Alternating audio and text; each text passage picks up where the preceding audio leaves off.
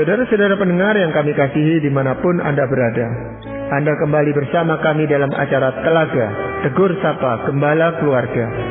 Saya Gunawan Santoso dari Lembaga Bina Keluarga Kristen akan berbincang-bincang dengan Bapak Pendeta Dr. Paul Gunadi. Beliau adalah seorang pakar dalam bidang konseling serta dosen di Seminari Alkitab Asia Tenggara, Malang. Perbincangan kami kali ini tentang kebahagiaan keluarga dan mengampuni. Kami percaya acara ini pasti bermanfaat bagi kita sekalian, dan dari studio kami mengucapkan selamat mengikuti. Bapak, pada kesempatan yang lampau kita itu membicarakan tentang kebahagiaan keluarga, hubungannya dengan murah hati. Dan kini kita akan membicarakan atau memperbincangkan tentang hubungan kebahagiaan keluarga dan mengampuni. Namun Pak Paul, saya melihat ada kaitan yang erat sekali antara murah hati dan pengampunan. Orang tidak mungkin bisa menunjukkan kemurahan hatinya kalau tidak ada pengampunan itu. Dan pengampunan itu sendiri juga membutuhkan sikap murah hati dari seseorang. Nah Pak Paul, karena pembicaraan ini saling terkait, mungkin Pak Paul bisa mengulas secara singkat apa yang kita bicarakan pada kesempatan yang lalu, Pak Paul. Kita belajar bahwa untuk membuat keluarga kita itu sehat dan bahagia akan diperlukan beberapa karakteristik atau sifat. Nah, salah satunya adalah murah hati. Dan ternyata kita belajar bahwa murah hati itu tuh muncul lewat beberapa tindakan. Misalnya yang pertama adalah kita lebih sering mendengarkan suara hati, bukan suara pikiran kita, sehingga kita lebih cepat bergerak untuk memberikan atau untuk menolong atau untuk berkorban sesuai dengan kata hati kita. Kita juga lebih bisa murah hati kalau kita itu lebih banyak iman. Kita lebih percaya bahwa Tuhan akan memelihara hidup kita. Maka kita lebih rela untuk memberi, lebih rela untuk juga berkorban. Ya, dan yang ketiga adalah untuk bisa murah hati kita perlu menekan diri kita. Kepentingan pribadi kita harus kecilkan semuanya itu. Karena orang yang berego besar nggak mungkin jadi murah hati. Nah, kalau kita bisa menekankan ketiga hal itu, lebih sering menggunakan hati, lebih sering bersandar pada iman dalam Tuhan, dan juga lebih mengecilkan diri, maka keluarga kita juga pada akhirnya akan lebih bahagia. Iya, bukannya tidak mau Pak Paul. Ada banyak orang yang tahu akan hal itu, tetapi ketika dia mulai mengaplikasikannya, mengeterapkan itu di dalam kehidupan keluarganya, disalah tanggapi baik oleh pasangan maupun anggota keluarga yang lain, sehingga dia jadi marah-marah gitu Pak Paul. Nah, padahal dia sudah berusaha berkali-kali dan gagal terus. Nah, di situ saya melihat ada kebutuhan untuk dia bisa mengampuni orang yang memang tidak ngerti itu. Nah, tetapi karakter mengampuni itu kan sulit terbentuk dalam diri seseorang gitu Pak Paul. Sebenarnya apa yang pengampunan macam apa itu Pak Paul? Betul sekali yang tadi Pak Gunawan katakan bahwa kadang-kadang tuh kita dalam pernikahan atau dalam keluarga baik kepada pasangan maupun kepada anak, kita itu merasa capek kita udah berbuat, kita berusaha, kok tetap begini responsnya, dan malahan kadang-kadang kok baik itu pasangan ataupun anak kita menyakiti hati kita, sehingga kita itu tuh akhirnya seringkali padam semangat untuk mencoba lagi untuk murah hati untuk membahagiakan keluarga kita. Nah, salah satu hal atau karakter yang diperlukan dalam keluarga supaya keluarga kita itu bisa bertumbuh dengan bahagia adalah kita juga mesti mempunyai sikap mengampuni. Kalau kita itu nggak bisa mengampuni, mustahil kita bisa membangun keluarga, apalagi membahagiakan pasangan dan anak-anak kita. Mengampuni itu merupakan karakter utama Allah yang dinyatakan lewat kematian Yesus, Putra Allah. Nah, mengampuni seyogianya menjadi karakter utama kita pula, anak-anak Allah. Nah, keluarga didirikan di atas cinta, itu betul Pak Gunawan. Namun, keluarga dipelihara melalui pengampunan. Tanpa pengampunan, keluarga runtuh, sebab dendam tidak dapat berjalan bersama keluarga. Jadi kalau ada orang yang mendendam, itu tuh udah pasti akan menghancurkan keluarga. Sebab keluarga didirikan di atas pengampunan. Ya, seperti itu tadi contohnya Pak Paul. Ketika orang berusaha untuk murah hati tetapi disalahpahami, dan itu diberitahukan kepada pasangannya bahwa sebenarnya dia mau bermaksud murah hati, dan itu menimbulkan kemarahan, dan memberikan kesempatan lagi kepada pasangannya untuk bisa mengerti namun gagal lagi, maka pengampunan itu lama-lama habis gitu Pak Paul. Dia merasa sampai kapan saya mesti ngampuni orang ini terus gitu. Saya sudah berusaha bermurah hati tetapi selalu ditanggapi negatif. Minta maaf, ya sudah dimaafkan, tetapi itu berulang-ulang kali terjadi gitu Pak Paul. Kan ada orang yang memang sulit untuk menerima kebaikan orang lain itu. Ya, maka saya kira kita perlu belajar ya sedikit tentang pengampunan Pak Gunawan, dan yang akan saya gunakan sebagai teks kali ini adalah dari Markus pasal 11 ayat 20 hingga 26. Firman Tuhan berkata, pagi-pagi ketika Yesus dan murid-muridnya lewat, mereka melihat pohon ara tadi sudah kering sampai ke akar-akarnya. Maka teringatlah Petrus akan apa yang telah terjadi. Lalu ia berkata kepada Yesus, Rabi, lihatlah pohon ara yang kau kutuk itu sudah kering. Yesus menjawab mereka, percayalah kepada Allah. Aku berkata kepadamu, sesungguhnya barang siapa berkata kepada gunung ini, beranjaklah dan tercampaklah ke dalam laut, asal tidak bimbang hatinya tapi percaya bahwa apa yang dikatakannya itu akan terjadi, maka hal itu akan terjadi baginya. Karena itu aku berkata kepadamu, apa saja yang kamu minta dan doakan, percayalah bahwa kamu telah menerimanya, maka hal itu akan diberikan kepadamu. Dan jika kamu berdiri untuk berdoa, ampunilah dahulu kiranya ada barang sesuatu dalam hatimu terhadap seseorang, supaya juga Bapamu yang di sorga mengampuni kesalahan-kesalahanmu. Tapi jika kamu tidak mengampuni, maka Bapamu yang di sorga juga tidak akan mengampuni kesalahan-kesalahanmu. Nah Pak Gunawan, firman Tuhan ini sebetulnya syarat dengan hikmat yang bisa kita petik ya. Nah mudah-mudahan kita bisa menerapkannya dalam keluarga kita supaya kita lebih bisa mengampuni sesama. Ya, jarang sekali orang mengkaitkan perikop ini dengan kebahagiaan keluarga Pak Paul. Namun kita mencoba, tadi Pak Paul sudah bacakan bagian itu, apa yang kita bisa pelajari kalau itu dikaitkan dengan kebahagiaan keluarga dan pengampunan ini Pak Paul?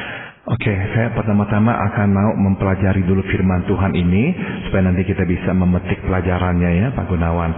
Nah, kita tahu bahwa Tuhan Yesus mengutuk pohon ara itu ya. Waktu Tuhan Yesus melihat pohon ara itu tidak lagi mempunyai buah, Tuhan berkata ya, untuk selama-lamanya lah pohon itu tuh akan kering, tidak lagi menghasilkan buah. Nah, Tuhan mengutuk pohon ara itu sebab Ia ingin mengajarkan sesuatu kepada para muridnya, yaitu tentang iman pada Allah yang Maha Kuasa.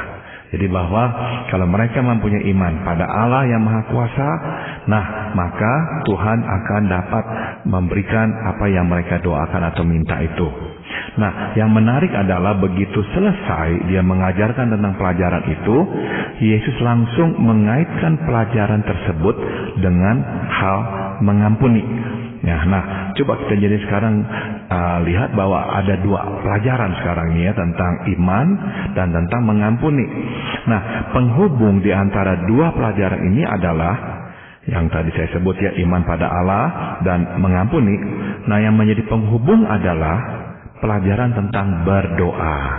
Sebab kan dikatakan dalam firman ini nih, karena itu dan jika kamu berdiri untuk berdoa, ampunilah dahulu. Jadi langsung tuh ya Tuhan menghubungkan dengan doa. Nah, seolah-olah ini yang Tuhan katakan ya. Tuhan itu menyediakan kuasa-Nya yang tak terhingga buat kita anak-anak-Nya. Makanya kuasa Tuhan begitu besar sehingga Tuhan berkata seolah-olah kita bisa memindahkan gunung. Nah, untuk menerima kuasa itu, kewajiban kita hanyalah berdoa. Namun sebelum berdoa, kita harus membersihkan diri dari dendam. Tuhan mengundang kita masuk menjadi bagian dari kehidupan dan dari keluarga surgawi. Dan syaratnya untuk masuk adalah kita harus mengampuni orang yang bersalah kepada kita terlebih dahulu. Nah, jadi inilah yang Tuhan ajarkan kepada para muridnya saat itu. Ya, memang sangat penting mengkaitkan antara kuasa yang dimiliki ini dengan pengampunan, Bapak. Karena kalau enggak, orang bisa saja menafsirkan hal ini, lalu dia mengutuki istrinya supaya cepat mati atau apa, itu kan sulit gitu Pak Paul. Kan bukan itu maksud dari kisah ini tadi. Betul sekali Pak Gunawan. Jadi memang maksudnya bukanlah supaya kita itu tuh ya mengutuki keluarga kita atau apa, bukannya, tapi memang pelajaran yang Tuhan inginkan kita serap adalah bahwa nomor satu tuh Tuhan mengundang kita masuk menjadi bagian dari kehidupannya. Dan kehidupan Tuhan adalah kehidupan yang penuh dengan kuasa. Dan kuasa-kuasanya adalah kuasa-kuasa yang supernatural pula. Namun kita itu tuh dalam doa kita untuk bisa hidup bersama dengan Tuhan, kita harus memang melihat diri sendiri. Kita harus melihat apakah kita memang mempunyai dendam. Apakah kita menyimpan sesuatu terhadap orang. Kita nggak bisa memaafkan orang. Nah, Tuhan berkata dengan sangat jelas ya di ayat 26-nya. Bahwa kalau kita itu tuh tidak mengampuni, maka Allah Bapa juga tidak akan mengampuni kita. Jadi dengan kata lain, Tuhan itu tuh mau mengatakan kepada kita bahwa kita hanya akan dapat menjadi anak-anak Allah dan menikmati berkat sepenuhnya dari Dia jika kita mengampuni. Jadi sebuah syarat yang sangat tegas sekali yang Tuhan berikan kepada kita manusia. Kalau nggak mengampuni, Tuhan juga nggak akan mengampuni. Alasannya sangat sederhana. Sebab kita diterima oleh Tuhan lewat pengampunannya. Masa sekarang kita nggak mau mengampuni orang lain? Bukankah kita sendiri adalah penerima ampunan Tuhan? Maka Tuhan menuntut kita juga memberi pengampunan yang sama kepada orang lain. Maka kalau kita berdoa kepada Tuhan, tapi hati kita penuh dengan dendam, nah nggak bisa tuh Tuhan dengar doa itu. Di sisi yang lain memang mengampuni itu membutuhkan suatu kuasa dari Tuhan sendiri Pak Paul. Kayak dalam diri kita sendiri itu kuasa pengampunan itu saya rasa sulit untuk ditumbuhkan, apalagi dikembangkan. Karena pada dasarnya kita pendendam kepada orang lain. Namun hanya dengan pekerjaan Roh Kudus di dalam diri kita, maka kita itu mampu mengampuni orang lain dengan berpedoman pada yang tadi Pak Paul katakan. Karena kita sudah menerima pengampunan. Tapi kalau ini dipaksakan, juga tidak akan ada hasil pengampunan terhadap pasangan juga. Betul Pak Gunawan. Jadi memang ya kita itu mesti mau mengampuni. Kita itu nggak bisa dipaksakan untuk mengampuni ya. Kalau kitanya tidak mau ya tidak mau gitu. Maka yang Tuhan minta adalah sebuah keinginan mau mengampuni. Tuhan mengerti bahwa perjalanannya itu panjang untuk benar-benar bisa menghilangkan semua luka di hati akibat perbuatan orang. Tapi yang Tuhan minta adalah sebuah kesediaan untuk berkata, Tuhan, saya mau memulai perjalanan untuk mengampuni orang tersebut. Jadi yang Tuhan tidak mau adalah kebalikannya. Tuhan, saya tidak akan mau dan tidak akan sudi mengampuni dia. Nah, itu yang Tuhan tidak mau dengar dari anak-anaknya. Sebab ini mengampuni adalah ciri atau karakteristik yang sangat sentral dari Tuhan. Dia mati untuk kita. Dia menebus dosa kita. Dia mengampuni kita. Maka kita bisa menjadi anak-anak Allah. Jadi yang dituntutnya adalah kita pun harus memiliki sifat yang sama itu. Ya memang ini sesuatu yang sangat penting Pak Paul. Jadi kita perlu mengupasnya dengan cukup jelas gitu sehingga menjadi berkat bagi para pendengar kita. Nah, apa yang kita lihat dari makna mengampuni orang lain ini Pak Paul? Jadi ada beberapa Pak Gunawan yang bisa kita terapkan ya supaya kita bisa belajar akhirnya mengampuni ya. Mengampuni itu ternyata ya kurang-kurangnya memiliki 3 aspek Pak Gunawan. Yang pertama adalah mengampuni berarti kita tidak membalas. Ya, dengan kata lain kita melepaskan hak untuk membalas. Kalau kita berkata dia telah melukai saya akan berhak membalasnya. Betul. Tapi kalau kita mau mengampuni, kita melepaskan hak tersebut. Jadi meski kita punya hak membalas, kita lepaskan hak tersebut. Nah, respons alamiah kita sewaktu disakiti sudah tentu adalah balas menyakiti. Nah, kenapa kok kita itu tuh mau membalas? Sebab kita itu meyakini bahwa hanya dengan membalas sajalah maka luka di hati akan berkurang. Nah ini nih yang biasanya nih ada dalam hati kita atau pikiran kita. Memang ya Pak Gunawan, tatkala membalas luka di hati berkurang sebab kita merasa puas. Nah, tahu rasalah kamu sekarang. Kamu juga menderita. Nah, kita rasa puas. Masalahnya adalah puas tidak sama dengan mengampuni. Tuhan mau kita itu bebas dari perasaan-perasaan marah dan sakit hati, bukan karena puas, tapi karena mengampuni. Nah, jadi itu tuh yang menjadi perbedaan antara cara kita manusia dan cara Tuhan. Cara Tuhan adalah Tuhan mau kita sungguh-sungguh bebas dari kebencian dengan cara pengampunan. Tapi cara manusia adalah kita mau bebas dari kebencian dengan membalas. Nah, puas setelah membalas hanyalah membuat relasi kita sebagai ajang pertandingan atau pertempuran. Karena benar-benar seperti pertempuran, kita balas, dia kalah, kita puas. Nah, mengampuni menyelesaikan pertempuran dengan tuntas. Itu bedanya. Ya, ini kita harus bercermin pada kehidupan Tuhan Yesus sendiri, Pak Paul. Kalau kita melihat teladan dari orang-orang sekeliling kita, mungkin agak sulit atau tidak sesempurna yang Tuhan Yesus sendiri tunjukkan, peragakan di dalam cara mengampuni orang lain, Pak Paul. Namun ini kan juga membutuhkan suatu proses yang panjang di dalam kehidupan seseorang untuk belajar mengampuni. Saya sangat setuju sekali bahwa ya nggak gampang. Sebab sekali lagi mengampuni bukanlah sifat manusia yang hakiki, yang alamiah, bukan. Yang hakiki, yang alamiah adalah membalas. Tapi sekali lagi ya saya ingatkan bahwa kalau kita benar-benar ya mau bereskan dan bebas dari kebencian, maka caranya bukanlah dengan merasa puas karena telah membalas, tapi karena telah mengampuni, maka benar-benar tuntaslah hilang kebencian itu. Ya, malah kadang-kadang ada satu kasus itu di mana orang lebih mudah mengampuni orang lain yang bukan keluarga karena ikatannya juga tidak terlalu akrab, tetapi dengan pasangan misalnya dengan anak itu proses mengampuni ini jauh lebih rumit gitu, Pak Paul, karena seolah-olah dia menjadi korban yang sangat fatal dari keluarganya sendiri, dari orang-orang yang tadinya dia kasihi gitu, Pak Paul. Jadi dengan kata lain bisa kita simpulkan, Pak Gunawan, kalau kita dilukai oleh orang yang kita tidak duga akan melukai kita, sakitnya itu memang akan berlipat ganda. Kalau kita sudah tahu bahwa orang itu adalah orang yang memusuhi kita, membenci kita, dan akhirnya melukai kita, memang kita udah lebih siap ya. Tapi kita nggak akan siap kalau kita dilukai oleh orang yang kita anggap tidak akan berbuat begitu kepada kita. Ya, jadi menjadi masalah yang lain gitu, Pak Paul, di dalam mengampuni. Ketika kita harus mengampuni itu di dalam keluarga kita sendiri.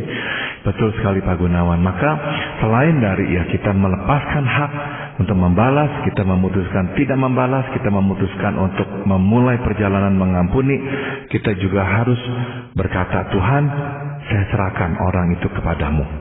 Benar-benar harus berkata, Tuhan, saya percaya bahwa engkau akan berhubungan langsung dengannya, bukan saya yang berhubungan langsung dengan dia. Kalau kita marah karena disakiti, kita akan mau langsung berhubungan dengan dia, mau marahinya, membalasnya atau apa. Enggak, kita katakan, Tuhan, saya lepaskan hak saya untuk membalas, dan saya berdoa menyerahkan dia kepadamu.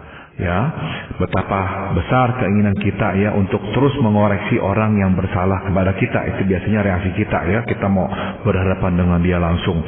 Misalnya juga kita ingin terus memastikan bahwa dia tidak akan pernah mengulangi perbuatannya lagi.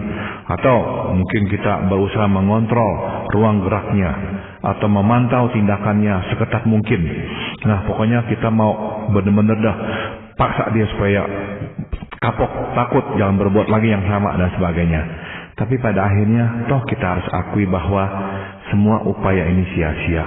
Sebab jika ia mau mengulang perbuatannya, dia pasti akan dapat melakukannya. Jadi ya serahkanlah ia ke tangan Tuhan, biar Tuhan membentuknya. Benar-benar mesti ada keinginan dan kerelaan menyerahkan dia kepada Tuhan. Ini sering saya lihat, Pak Gunawan, dalam kasus orang yang dilukai oleh pasangannya karena perzinahan. Luka dalam sekali ya, karena dikhianati.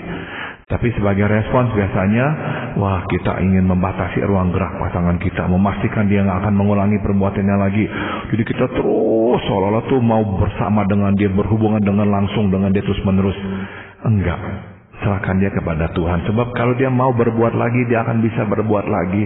Udah benar-benar serahkan dia kepada Tuhan. Biar Tuhan yang berhubungan langsung dengan dia. Ya, tetapi kalau kita menyerahkan orang itu pada hukuman Tuhan, kan berarti kita juga belum rela mengampuni orang itu. Kita menyerahkan orang itu, kita mendoakan orang itu sesuai firman Tuhan yang mengatakan seperti meletakkan bara di atas kepalanya. Kalau itu yang kita inginkan, Pak Paul, terjadi dalam orang yang seharusnya kita ampuni, kan pengampunan itu bukan pengampunan yang sebenarnya. Nah, Pak Gunawan, pada akhirnya ya, kita masuk ke poin yang terakhir ini. Jadi begini, Pak Gunawan, kita sendiri harus akui memang kemampuan kita mengampuni sangat tipis, Pak Gunawan. Sangat tipis. Maka mengampuni sebetulnya berarti kita menyediakan diri menjadi saluran kasih dan kemurahan Tuhan. Kita nggak punya kekuatan itu tuh untuk mengampuni. Makanya kadang-kadang ya terus ya keluar perkataan, Tuhan saya nggak bisa balas dia, tapi Tuhan tolonglah balas dia dah. Jadi hati kita terus dipenuhi dengan kemarahan dan kebencian. Seolah-olah kita lagi menunggu-nunggu kapan Tuhan balasin dia ya buat kita. Tapi ya akhirnya kita harus berkata, Tuhan memang saya nggak punya itu kekuatan mengampuni. Jadi Tuhan, saya hanyalah saluran kasih dah, saluran kemurahan Tuhan. Jadi Tuhan ampuni dialah, saya ini hanya bejana ya. Nah, waktu kita berkata begitu, sebetulnya itu kita menjadi bukti nyata bagi orang itu bahwa Tuhan telah mengampuninya. Jadi waktu kita berkata kepada dia, saya ampuni kamu, kita itu menjadi sebetulnya tuh saluran kebaikan Tuhan kepadanya. Dan bukti nyata bahwa Tuhan mengampuninya lewat pengampunan yang kita berikan kepadanya. Jadi ada momen-momen kita nggak akan sanggup lagi mengampuni. Dan pada momen itulah kita harus berkata, Tuhan, jadikanlah saya saluran kasih dan pengampunan Tuhan. Jadikanlah saya penerus kasih dan pengampunan Tuhan kepada orang yang telah bersalah kepada saya. Ya, kalau kita baca di dalam Mazmur, Pak Paul, itu seringkali kita baca ungkapan-ungkapan doa dari pemazmur itu yang meminta Tuhan membalaskan atau memberikan hukuman kepada musuh-musuhnya gitu. Itu bagaimana, Pak Paul? Itu memang sudah tentu ya teriakan kemarahan Daud ya. Daud itu tuh marah karena dia nggak salah apa-apa. Saul kok begitu jahat kepada dia, begitu banyak orang yang mau mencelakakannya. Jadi memang dia marah sekali. Tapi ya dia itu tuh memutuskan untuk tidak membalas. Meskipun dia punya kesempatan membunuh Saul 2 kali, tapi dia tidak melakukannya. Jadi dengan kata lain, dia menyerahkan Saul kepada Tuhan. Dia berkata, biarlah Tuhan yang langsung berhubungan dengan dia. Nah, dalam doanya itu tuh biar Tuhan yang urus dia. Nah, terselip dia memang juga tersisip sebuah permintaan, biar Tuhan hukumlah. Karena memang orang itu jahat, dialah hukuman Tuhan jatuh atasnya. Jadi itu adalah teriakan kemarahan sekaligus teriakan permohonan keadilan Tuhan. Tuhan, keadilan itu tuh nggak ada. Tuhan, orang ini menjadi begitu jahat, begitu lalim. Tuhan, tolong tegakkan keadilan, tolong hukum dia. Nah, jadi seolah-olah itulah yang menjadi teriakan Daud pula, Pak Gunawan. Nah, di dalam kehidupan keluarga memang faktor mengampuni ini penting karena kita berhubungan tiap-tiap hari dan berhubungan begitu dekat, begitu akrab. Tentu saja keakraban dan kedekatan ini menimbulkan gesekan-gesekan yang sangat mungkin terjadi, Pak Paul. Jadi tanpa pengampunan memang sulit sekali keluarga itu bertumbuh, apalagi mencapai suatu kebahagiaan. Dan ada orang-orang yang memang suka mendendam, Pak Gunawan. Ini harus diakui ya. Ada orang-orang yang sangat susah mengampuni. Mungkin karena dulu terlalu sering dilukai ya. Jadi orang yang terlalu sering dilukai akhirnya berkata, cukup, saya nggak mau lagi dilukai dah. Saya akan pokoknya jaga diri saya dan saya nggak akan biarkan orang melukai saya. Jadi begitu orang melukainya, udah dah, dia nggak bisa ampuni, dia akan benci seumur hidup. Jadi ada orang-orang yang seperti itu juga. Tapi juga ya memang ada orang yang mungkin nggak diperlakukan seperti itu, tapi memang mempunyai tingkat keegoisan yang sangat tinggi, sehingga nggak bisa tuh dia itu tuh dirugikan oleh orang, jadi dia mau bawaannya balas aja begitu. Nah, sifat seperti itu nggak mungkin ya dapat menjadi berkat bagi pasangan dan anak-anak kita, nggak mungkin. Dan akhirnya satu keluarga sengsara gara-gara sifat pendendam itu. Jadi kalau kita mau menikmati keluarga yang penuh kasih, yang bahagia, kita harus menumbuhkan sikap mengampuni ini. Ya Pak Paul, sebelum kita mengakhiri perbincangan ini mungkin ada kesimpulan yang ingin Pak Paul sampaikan. Di dalam pernikahan dan keluarga kesalahan terjadi ya. Dan dosa pun kadang-kadang diperbuat, baik disengaja ataupun tidak. Nah, sebagai akibatnya hati kita terluka. Mengampuni mesti diberikan. Sebab jika tidak, relasi akan putus. Kita hanya akan dapat menikmati kehidupan surgawi dan semua berkat Tuhan untuk pernikahan dan keluarga bila kita mengampuni. Nah, inilah dasar doa orang Kristen. Ya Bapak, kalau begitu sebenarnya pengampunan itu lebih bermanfaat bagi yang mengampuni atau yang diampuni Bapak? Pada akhirnya sebetulnya yang diuntungkan adalah yang mengampuni Pak Gunawan ya. Jadi orang yang mengampuni orang yang diberkati. Kasihnya bertambah. Jadi waktu dia mengampuni, kasih itu tuh bertambah. Mungkin bertonton banyaknya. Orang yang tidak mengampuni, kasihnya itu tuh dicabut keluar, bertonton juga banyaknya. Jadi siapakah yang akan diuntungkan? Yang mengampuni. Hatinya akan lebih penuh dengan kasih sayang. Dan berkat-berkat Tuhan juga akan dilimpahkan kepadanya. Ya, jadi terima kasih sekali Pak Paul perbincangan ini yang tentu saja akan sangat bermanfaat di dalam kita membangun sebuah keluarga yang bahagia. Para pendengar sekalian, kami mengucapkan banyak terima kasih. Anda telah mengikuti perbincangan kami dengan Bapak Pendeta Dr. Paul Guna di dalam acara Telaga, Tegur Sapa Gembala Keluarga. Kami baru saja berbincang-bincang tentang kebahagiaan keluarga dan mengampuni.